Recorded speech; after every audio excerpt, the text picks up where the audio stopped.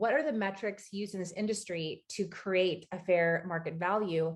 And I especially want to clarify, I need you to unpack things like EBITDA and how do you evaluate revenue and team and process? What are those words and how do you use those things to value a company?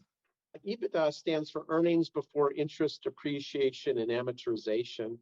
A typical term used when valuing a business based on a multiple of EBITDA. So it's more akin to profitable businesses that have EBITDA versus a company that's flat, not profitable, maybe pre-bankruptcy, and that's typically based on net asset value, so assets minus liabilities, plus goodwill, which could also include IP. But once again, if there is no EBITDA, there is no multiple. So there's different metrics for that. And then as it relates to revenue, certain types of technology businesses that have high EBITDA margins are typically valued based on multiple of revenue. But I mean, you do the math, I mean, you still can kind of,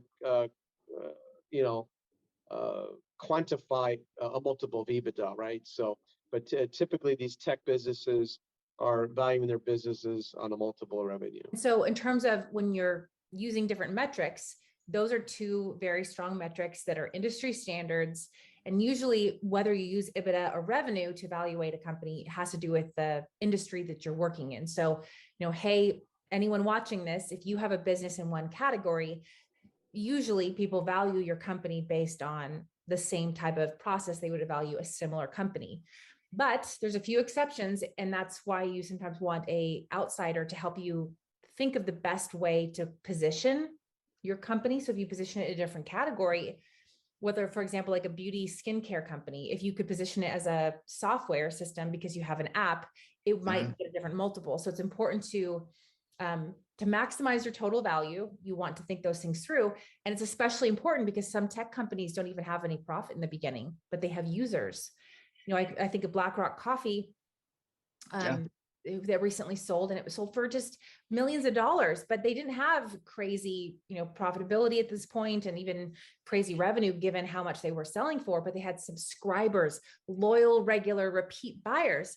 And so they had an excellent team help articulate the value so that they could maximize, how much they're going to get. So is there that's what Eric was mentioning, the recurring customers. There's a lot of value in the recurring customers. Let me add one other thing. We have this metric of EBITDA times a multiple, and that gives us a price. And that math allows us to have commonality of conversation, okay? But we do a lot of work on that EBITDA number because there are a lot of things that run through the company that really need to be added back. So when we end up with an EBITDA, it's an adjusted EBITDA, and it's the highest possible EBITDA for that seller. There's the add backs, but there's also non-recurring events. So if the company is in, let's say, litigation and had to pay a $2 million settlement, that's a non-recurring event. So you want to take that into account on non-recurring events. Also, as we have lived in the pandemic for the last 2.5 years, a lot of companies have had a hockey stick growth in top line revenue because, for one reason or another, because of this non-recurring event. Now, granted, pandemics happen over decades, but that could effectively be a non-recurring event as it relates to the pandemic we've lived in the last 2.5 years. So we have to take that into consideration. And you usually need someone to calculate that for you, be able to justify it for you, because whoever's buying a company will be evaluating, will have their own team of financially savvy people who are going to try to argue for the lowest value so that they can pay the least for a high value thing. So you need a team to eventually calculate those things for you and help explain why a valuation that you feel your company is worth it. So whether you hire Mentor Securities or someone else, you should just keep that in mind. You need smarties on your team to help you think of your own business from a different angle. Are there any other metrics that you guys wanted to bring up, either about team or process that you guys use in deciding fair valuation? You want to unpack it all for people? Back to the professionalized management team. That's a bit more critical to have in place when a financial buyer makes an offer on the business, especially if they may not make a control investment, they may not do a full buyout, they may do a significant minority, call it 49%.